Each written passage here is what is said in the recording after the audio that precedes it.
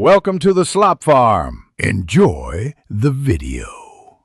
You begin by confirming the test is within its expiry and stored correctly, because accuracy depends on it. Once done, wash your hands thoroughly and dry them. You will use a clean finger. Make sure the lancet, buffer, and cassette are at hand, then open the kit now. Use short, confident motions when preparing the lancet. This reduces anxiety and sample contamination. Explain to yourself why each step matters. Clean skin prevents false positives, and proper kit components ensure reliable chemistry. You will now collect the sample carefully, prick the side of your fingertip, and gently milk toward the drop without squeezing too hard. Once you have 1-2 drops, transfer them to the sample pad as indicated. Precision matters because too much or too little alters flow. Next, add the specified buffer volume, usually 2 or 3 drops. Follow the kit labeling.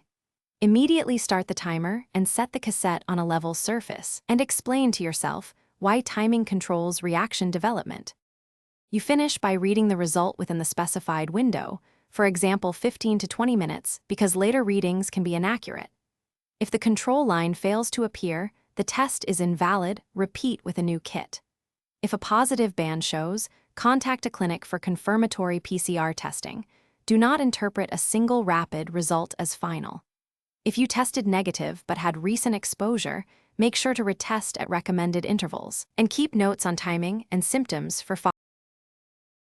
Thanks for watching. Consider subscribing if we helped you today.